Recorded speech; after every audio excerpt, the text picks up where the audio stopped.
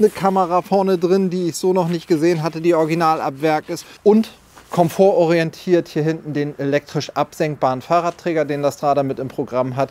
Wir haben hier, finde ich, ein super stimmiges Gesamtpaket. Damit es aber nicht zu gemütlich wird, mit einem super modernen Stoff kombiniert. Der Tisch ist mega leicht in dem, was da ist.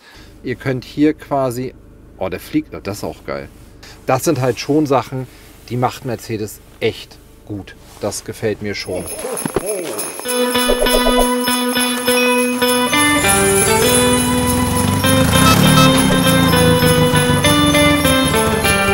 Heute brauche ich auf jeden Fall Hilfe. Wir haben ein super schönes Auto, aber ich kriege es nicht ganz ohne Bedienungsanleitung hin. Fluch und Segen der modernen Zeiten ist, dass die Autos immer mehr können. Und der Mercedes Sprinter Modelljahr 2025 hat die ein oder andere Funktion neu dazugekommen. Eine Kamera vorne drin, die ich so noch nicht gesehen hatte, die original ab Werk ist.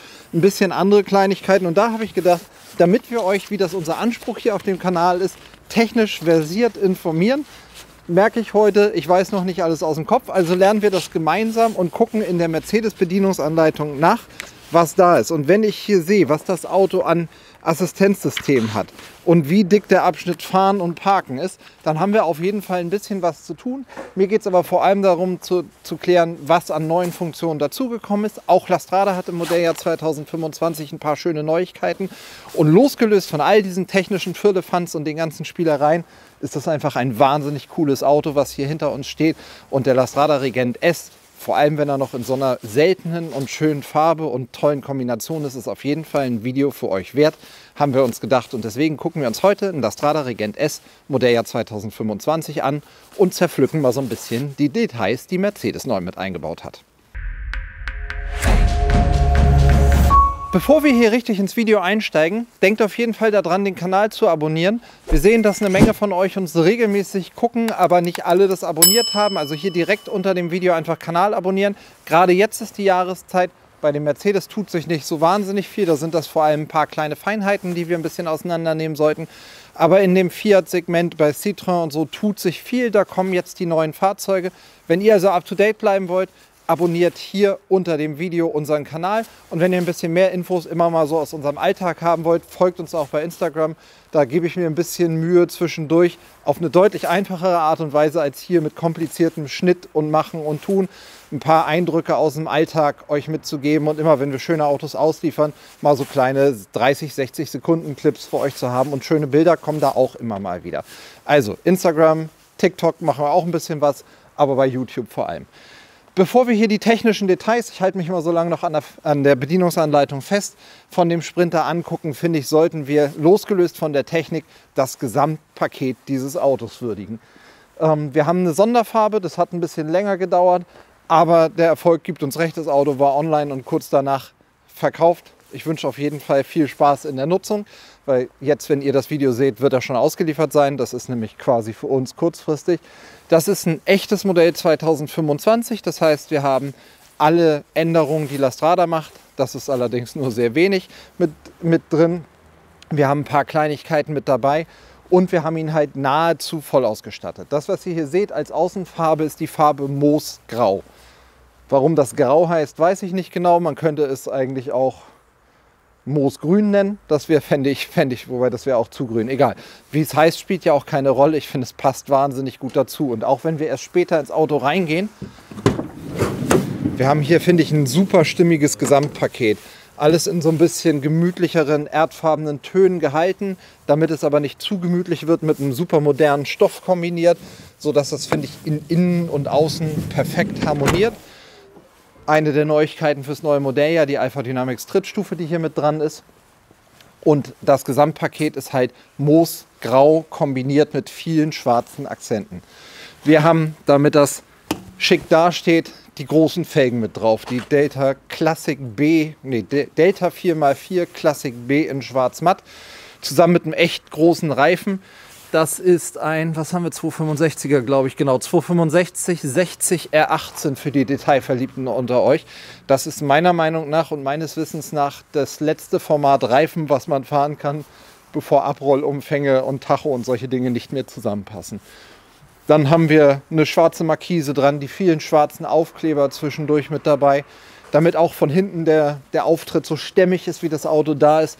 Natürlich das Reserverad vernünftig mit dran und komfortorientiert hier hinten den elektrisch absenkbaren Fahrradträger, den das Strada mit im Programm hat. Der ist von der Idee so, dass man ja denken könnte, wie soll ich auf dem Format denn bitte schön ein Fahrrad transportieren? Aber der darf 60 oder 70, vielleicht sogar 80 Kilo tragen. Und da man die natürlich nicht darauf fiefen kann, können wir den hier einfach quasi auf die Höhe fahren, wie wir es haben wollen. Und ich fahre ihn mal ganz runter, damit ihr eine Idee bekommt, wie niedrig beladen werden kann. Fahrradtransport ist ja sowieso immer was, wo jeder für sich selber entscheidet, wie er es macht, was für Fahrräder da sind. Wir haben jetzt gerade, das wird denke ich im Februar, März erst kommen, einen Regent EB konfiguriert, wo wir so Heckträger hochkant dran machen. Sicher auch ein spannendes Prinzip. Es gibt aber unterschiedlichste Varianten.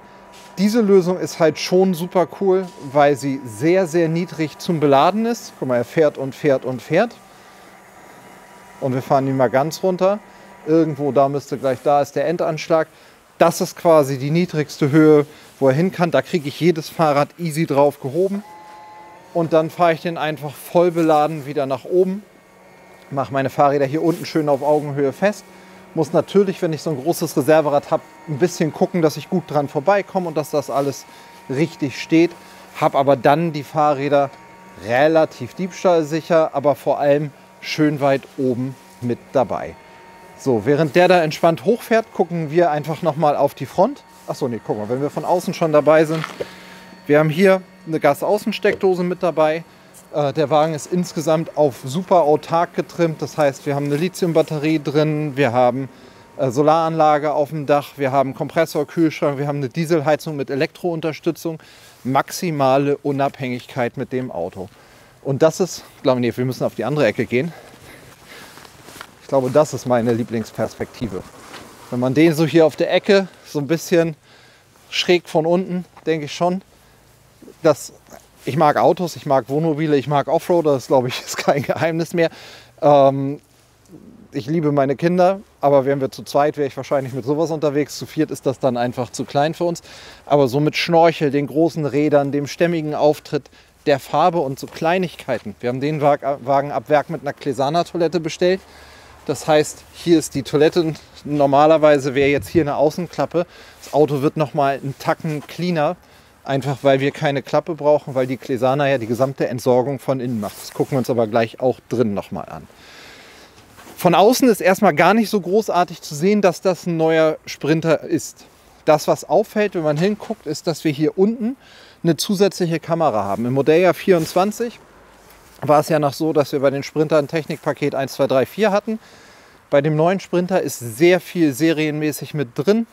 Und das führt dazu, dass zum einen der Grundpreis im 25er Modell ja ein bisschen höher, was heißt ein bisschen spürbar höher ist, dafür ist aber deutlich mehr Serienumfang mit drin.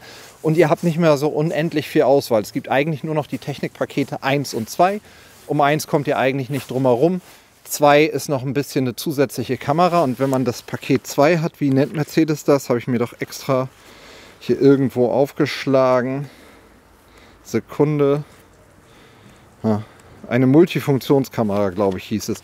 Auf jeden Fall kommt diese kleine Kamera mit dazu.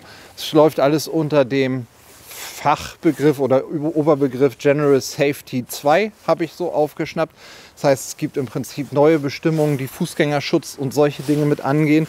Und dafür bekommt das Fahrzeug nämlich und jetzt muss ich anfangen, dass es hier in Details geht, damit ich es nicht falsch sage, einen Abbiegeassistenten, einen Abbiege- und Anfahrassistenten, der bestimmte Bereiche überwacht, und das sollten wir uns drinnen nochmal angucken. Dafür ist unter anderem die Multifunktionskamera, weil grundsätzlich noch mehr drauf geachtet werden soll, wenn ihr im Verkehr seid, dass Fußgänger, Fahrradfahrer, Querverkehr ihr vorgewarnt werdet. Er hat die Kamera mit dabei, das heißt, er hat jetzt in der Front da oben eine Sensorik und hier unten eine Kamera mit dabei.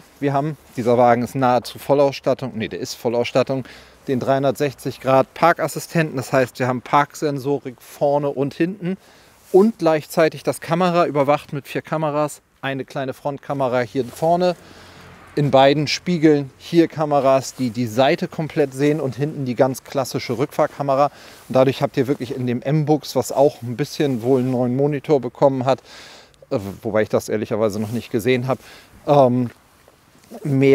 noch mehr Übersicht im Auto drin. Und für die zusätzlichen Assistenten eben die Kameras.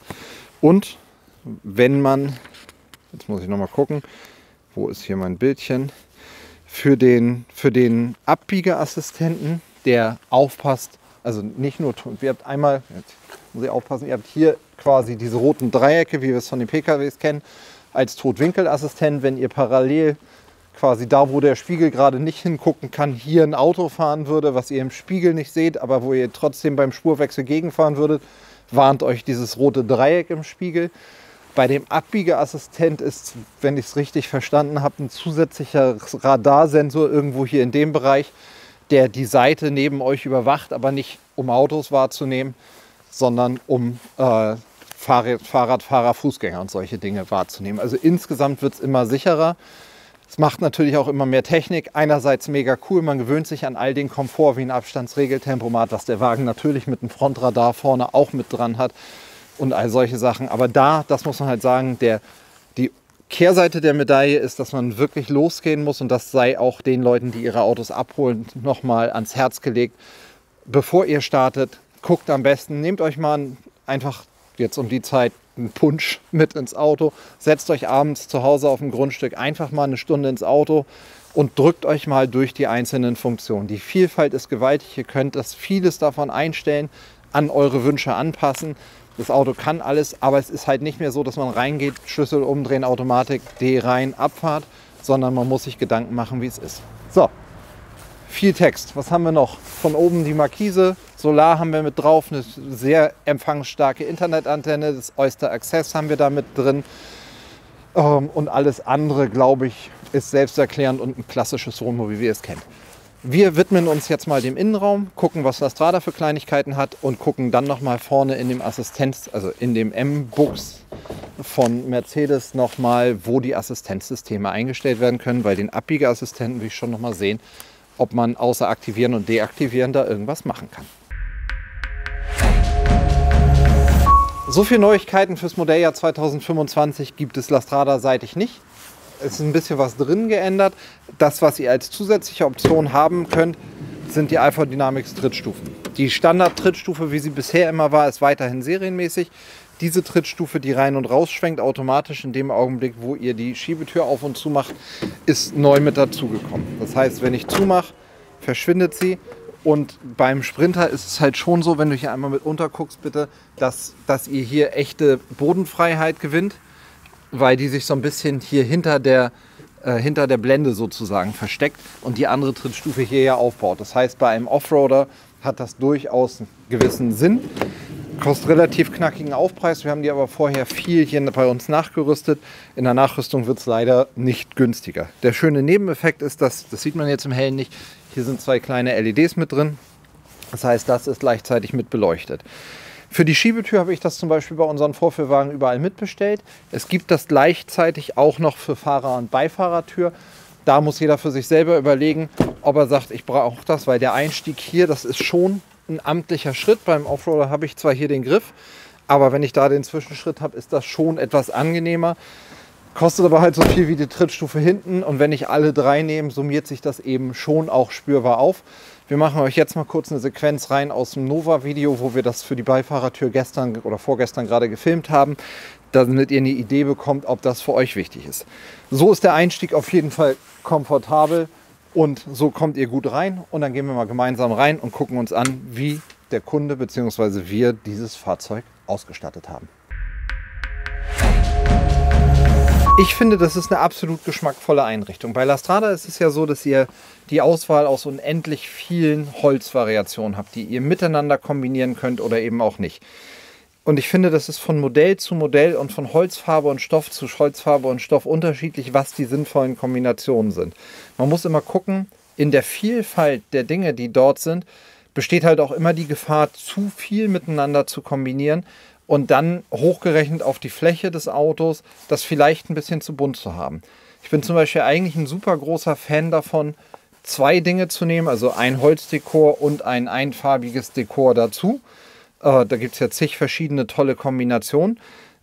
Finde aber zum Beispiel bei diesem Fahrzeug, wenn wir Eiche Natur nehmen, was wir hier haben, was von Haus aus relativ viel Maserung hat und ja schon fast was Zweifarbiges hat, weil es hellbraun und dunkelbraun ist, dann muss man aufpassen, dass man das nicht mit zu viel Flächen anderer Art kombiniert, weil es dann schnell weggeht. Wir haben beim Regent S, weil es ja insgesamt ein kompaktes Auto ist, gar nicht so viele Varianten. Und wenn ich das jetzt mit einer zweiten Farbe kombinieren würde, würde das ja heißen, die Klappen wären in einer anderen Farbe, alle Schubladen wären in einer anderen Farbe, hinten die Schränke wären umlaufend in einer anderen Farbe und dann bleibt von dem Eiche-Dekor gar nicht viel. Und ich finde, ich laufe dann immer Gefahr, dass ich mit den Wand- und Deckenflächen, Stoff und Holz zu viel verschiedene Farben mit reinbringe. Da muss man eben immer gucken, was man selber hat.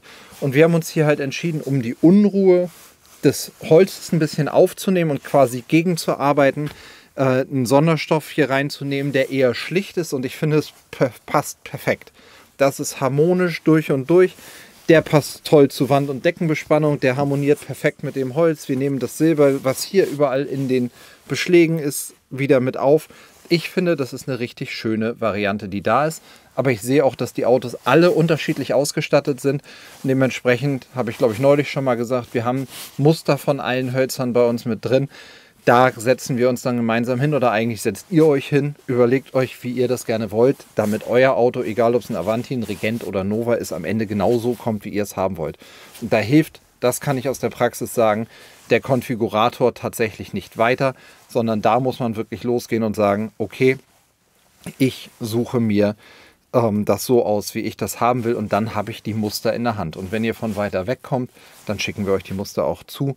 Und dann kriegt man das auch alles passend hin. Vom Möbelbau und von der Aufteilung ist der Regent S im Prinzip genauso geblieben, wie es vorher immer war.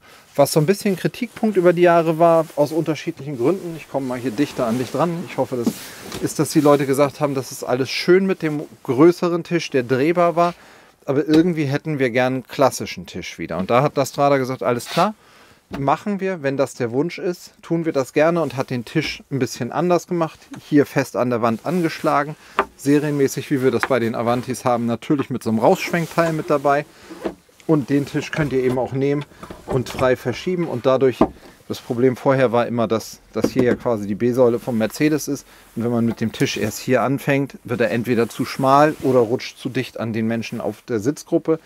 Durch diesen Ausschnitt hier ist er jetzt gut platziert. In einem Sprinter 6 Meter haben wir immer das Dilemma, dass das Auto insgesamt ein bisschen kompakter ist. Aber ich finde, das ist ein Maß, was da ist und was gut ist. Und da wir leider kein Gewichtsvideo haben, also ihr könnt nicht sehen, wie schwer es wirklich ist. Der Tisch ist mega leicht in dem, was da ist. Wenn man ihn mal verstauen will, kann man hier das Tischbein auch noch abnehmen. Aber im Vergleich zu früheren Tischen ist das halt wirklich auch einfach zu handeln und wunderbar mitzunehmen. Vieles von dem, was da ist, habe ich euch immer schon mal gesagt. Deswegen gucken wir hier nur auf die Schnelle nochmal durch. Wir haben den Lastrada typischen Kocher mit den 2 großen Kochstellen. Wir haben im neuen Modell ja jetzt hier die schwarzen Beschläge. Die waren vorher nicht da. Das passt gerade jetzt natürlich bei dem Holz perfekt mit dazu. Und auch bei Silber, Grau und solchen Dingen stelle ich mir das perfekt vor. Und was neu gekommen ist, ist im Küchenbereich tatsächlich auch der Kühlschrank. Der Regent S hat ja immer schon einen Kompressorkühlschrank und der Vorgänger ist inzwischen nicht mehr, ich glaube, den gibt es einfach nicht mehr und das ist einfach das Nachfolgemodell. Ist das schwarz und spiegelt oder ist das silber? Ich kann es gar nicht so richtig erkennen. Dunkelgrau. Dunkelgrau. Es ist auf jeden Fall, passt es schick zu dem Auto, gefällt mir gut und ist auch gleichbleibend hier auf Augenhöhe mit dabei. Da unten habt ihr einen Kleiderschrank, hier oben noch eine zusätzliche Ablage. Weil der Wagen eben Lithium-Batterie, Wechselrichter und all solche Dinge ab Werk hat, habe ich dem auch ein paar zusätzliche Steckdosen gegönnt. Serienmäßig habt ihr beim Regent S hier Doppel-USB und 230 Volt in der Küchenarbeitsfläche oder unterhalb der Küchenarbeitsfläche. Ich finde, wenn man Wechselrichter hat, muss man vorne, Mitte, hinten in der Lage sein, das zu benutzen. Deswegen haben wir hier oben nochmal 230 Volt in dem Fach über dem Kühlschrank gemacht, damit man einfach Handys, Tablets, vielleicht mal eine Kaffeemaschine hier hinstellen kann. Dann haben wir, das müsst ihr einfach glauben, unterm Tisch nochmal eine 230 Volt Steckdose gemacht, damit man einen Laptop, Lampe auf den Tisch stellen kann. Und im Heckstauraum. Und zusätzlich hier nochmal Doppel-USB in der Sitzgruppe, dass ihr ein Handy dorthin legen könnt. Und ich glaube, das ist es dann auch an Steckdosen. Genau. Mehr braucht man ja unterm Strich eigentlich auch nicht. Das, was ihr von außen hier schon gesehen habt, ist, dass wir die Clesana-Toilette drin haben. Clesana heißt für diejenigen, die sich noch nicht damit auseinandergesetzt haben, dass im Prinzip der gesamte Korpus da ein anderer ist. Und zwar ist das eine sogenannte Folienverschweißtoilette. Die Clesana-Toilette ist im Prinzip so eine Folienverschweißtoilette. Das heißt, wenn ihr den Deckel hier aufmacht, habt ihr da einfach wie ein Mülleimer letztendlich eine Tüte. Und nach dem Toilettengang, dafür gibt es übrigens auch so einen Trennbehälter, dass man den als Urineinsatz nehmen kann. Nach dem Toilettengang, wenn wir den Deckel drauf machen, ohne hier jemand weh zu tun, habt ihr hier so ein kleines Display, was euch sagt, da könnte man quasi kleines Geschäft verschweißen, großes Geschäft verschweißen, um in der Kindersprache zu bleiben, oder wie bei den Trenntoiletten Typ A und B. Zeigt euch an, wie oft ihr noch auf Toilette gehen könnt, bevor ein neuer Folienliner, so nennen die das, mit reinkommen muss. Und dann habt ihr hier unten quasi eine Schublade, wo wie so Hundebeutel das letztendlich mit drin landet. Dadurch habt ihr die Möglichkeit, alles im normalen Restmüll letztendlich zu entsorgen und seid nicht auf eine Entsorgungsstation angewiesen. Das wäre die eine Variante. Trenntoiletten bauen wir auch regelmäßig ein. Oder eben die klassische Dometic Kassettentoilette mit der Entsorgung von außen. Alles 3 schöne Varianten. Was für euch da die richtige Variante ist, besprechen wir dann. Die Toilette ist ein bisschen größer, deswegen muss man die einmal quasi zur Seite drehen. Und dann haben wir hier Lastrada typisch die Saloon-Türen. Total praktisch, wenn man nämlich einfach mal an den Kühlschrank ran will, kann man hier einen Schritt zurücktreten oder auch mal jemand durchlassen.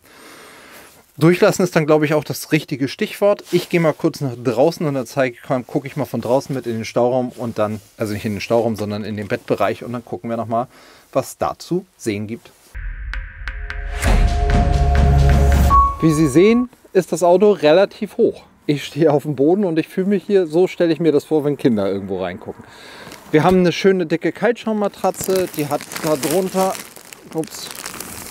ein richtig gutes punktelastisches Froli-Lattenrost. Ihr könnt, wenn ihr so ein schönes Auto zu Transportzwecken missbrauchen wollt, das Ganze hier hochklappen, dass man auch durchladen kann, und die beiden Schubladen, die vorne unter dem Bett stehen, könnte man auch komplett rausnehmen und hätte dann auch eine lange Durchlade. Dass die Bettenmaße nicht so gewaltig sind, ist beim Sprinter klar, weil es einfach durch die Länge vorgegeben ist. Wir blenden einfach hier irgendwo euch nochmal die Bettenmaße mit ein. Durch die beiden GFK-Backen, die Lastrada links und rechts dran macht, ist es, glaube ich, von der Liegelänge absolut in Ordnung. Aber man muss sich natürlich mit dem Kompromiss Mercedes und Offroad sozusagen abfinden. Am besten wäre es, wenn du nochmal mit hier rumkommst, weil ich doch nochmal eine Kleinigkeit habe, die ich hier gerne zeigen würde. Wir haben nämlich an dem Gaskasten noch was umgebaut, was, glaube ich, für euch ganz spannend ist, zu sehen, wie man im Regent S noch ein bisschen mehr Stauraum erreichen kann. Der Raum selber ist nämlich durchaus kompakt, und wenn der Wagen dann Vollausstattung hat mit großen Wechselrichter und Batterien und solchen Dingen, wird es ein bisschen enger. Und um den Stauraum ideal nutzen zu können, haben wir den Gaskasten hier umgerüstet auf Stauraum für 2x2,8 Kilo, die blauen Campinggasflaschen. Und das führt eben dazu, dass wir hier oben ein richtig fettes Fach zusätzlich generieren und ihr den Stauraum dort noch besser nutzen könnt. Finde ich auf jeden Fall eine schicke und gute Sache. Ja, jetzt haben wir ganz viel gesehen. Jetzt fehlt uns noch das Cockpit. Dafür drehen wir uns schnell die Sitze vorne um und dann gucken wir mal, wie wir den Abbiegeassistent aktivieren können. Hey Mercedes. Ja, bitte. Wo sollte ich meinen nächsten Urlaub machen? Du hast diese Funktion nicht abonniert. Um sie zu benutzen, musst du die Funktion zuerst in der Mercedes Me-App aktivieren. Na, da bin ich mal gespannt, was in der Mercedes Me-App rauskommt und wie ein Selbstständiger Urlaub machen soll. Aber die Funktion Urlaub habe ich tatsächlich nicht abonniert. Stellen wir noch mal eine neue Frage. Hey Mercedes. Was kann ich für dich tun? Spiele Radio Hamburg. Okay, ich habe es auf lautlos. Das funktioniert auf jeden Fall schon mal. Und ich glaube, wenn man die Befehle zu Hey Mercedes kennt, dann ist das, ach so, ja, dann reagiert sie auf jeden Fall immer wieder drauf. Und dann kann man Navigation und alles andere super gut damit einstellen. Aber für uns ist ja die Frage jetzt, wo wir die Assistenzsysteme einstellen. Und dafür gucken wir mal, ob wir das rausfinden. Wahrscheinlich geht das hier unten über den Autoknopf. Das ist schon mal gut. Du hast diese Funktion nicht abonniert. Ja, doch, habe ich. Um sie zu benutzen, musst du die Funktion zuerst in der Mercedes Me-App aktivieren. So. Wir können hier, was haben wir denn? Warnakustik. Achso, das ist schon mal schön, dass man die ein- und ausstellen kann. Parktronic aktivieren, deaktivieren, auch gut. Spurhalteassistent, auch super. Einstellung. Was haben wir denn hier unten? Kollisionsvermeidung, das ist schon mal gut. Wenn man die im Menü auswählen kann, keinen Unfall zu haben, finde ich perfekt. Hier könnt ihr halt echt alles einstellen. Aktiver Bremsassistent, aktiver Spurhalteassistent, das heißt, er lenkt auch mit.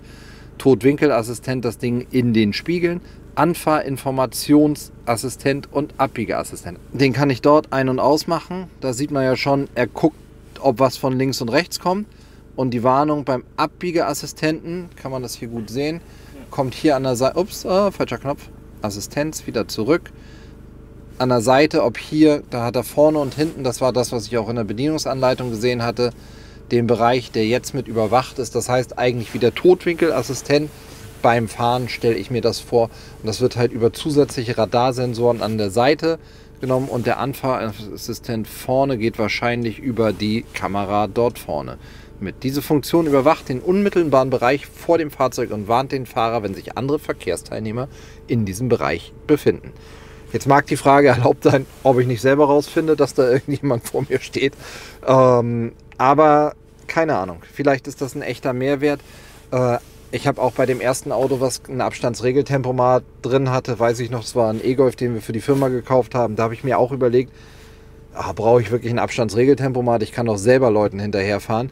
Und muss ehrlicherweise sagen, ich habe mich an diese Funktion so gewöhnt, dass man schon fairerweise sagen muss, Stück für Stück sind das schöne Zusatzfunktionen da sind, die einfach mit dazukommen, an die man sich auch gewöhnt. Was mir aufgefallen ist, was mir gar nicht so klar war, ist, dass das Lenkrad auch komplett neu ist. Also zum einen, ich weiß gar nicht, ob es echte, nee, ist wahrscheinlich auch Kunststoff, aber sieht auf jeden Fall aus wie echtes Metall. Und bei den bisherigen Fahrzeugen sind eigentlich die gleichen Knöpfe, aber wir haben jetzt hier so für Lautstärke und solche Dinge Schieberegler. Wir können das nur nicht so laut machen, sonst mag YouTube die Videos immer nicht. Wir haben die Schaltwippen gleichbleibend dahinter, den Gangwahlhebel so wie vorher. Und die Sitzposition auch gleich. Das ist ja eins der Highlights, was wir für euch verheimlicht haben. Wir haben hier die SKA-Sitze. Die sind einfach mega komfortabel, lange Beinauflage, tolle Einstellmöglichkeiten. Zigfach in den Videos schon gesehen. Guckt euch einfach ein paar Videos zu den Autos an.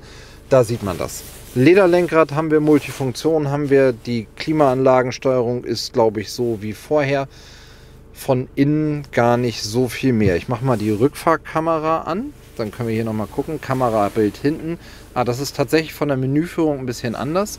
Das kenne ich gar nicht. Kann ich hier jetzt drauf drücken? Guck mal. Kann man das sehen? Ja. Ihr könnt hier quasi... der fliegt. Das ist auch geil. Vorne. Und dann kann man sagen... Und dann, wenn ich da rüber gehe, fliegt er hinten ums Auto rum und guckt sich das an. Und ihr könnt alles so ein bisschen einstellen, wie ihr es haben wollt. Wenn ich 3D ist das gesamte Umfeld. Was kann ich noch einstellen? Kamera, Aktivierungsposition gespeichert. Achso, da könnt ihr euch merken, wie es sein soll und ihr könnt das immer einstellen für das, was ihr haben wollt. Das sind halt schon Sachen, die macht Mercedes echt gut. Das gefällt mir schon.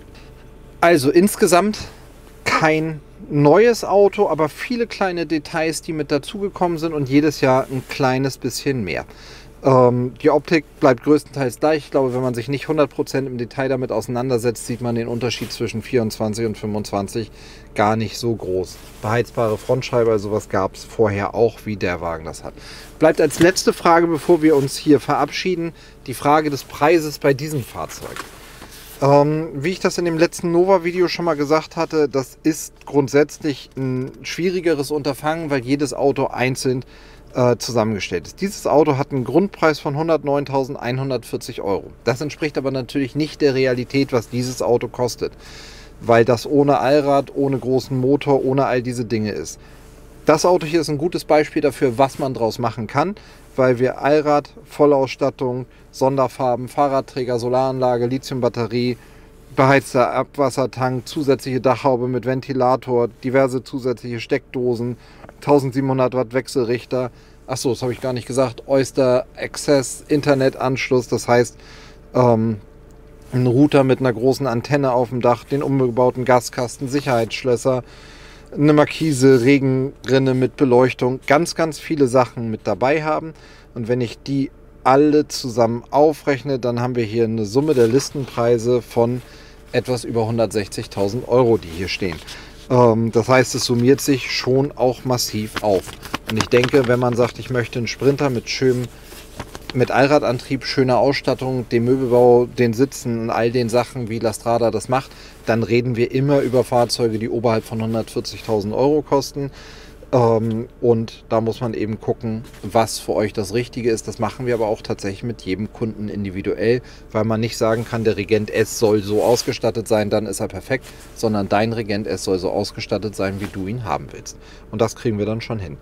Ja, wenn Fragen dazu sind, kommt einfach auf uns zu. Wenn ihr sagt, wir haben das eine oder andere vergessen, bitte nicht beschweren. Also entweder Fragen in die Kommentare reinschreiben oder einfach mal kurz gucken. Wir haben zum Regent S super viele Videos, auch mit Fahrwerksveränderungen und solchen Sachen gemacht. Schaut euch die an. Ich glaube, wir haben jedes Detail schon im Regent S in Gänze beleuchtet. Und dafür, dass ich eigentlich nur kurz zeigen wollte, wie dieser Wagen aussieht, ist das Video jetzt doch länger geworden als gedacht. Aber ich hoffe, es hilft euch bei der Auswahl eures Fahrzeugs. Erstmal schöne Grüße aus Stove. Ich freue mich auf jeden Fall auf euch im nächsten Video. Alles Gute und bis bald. Tschüss.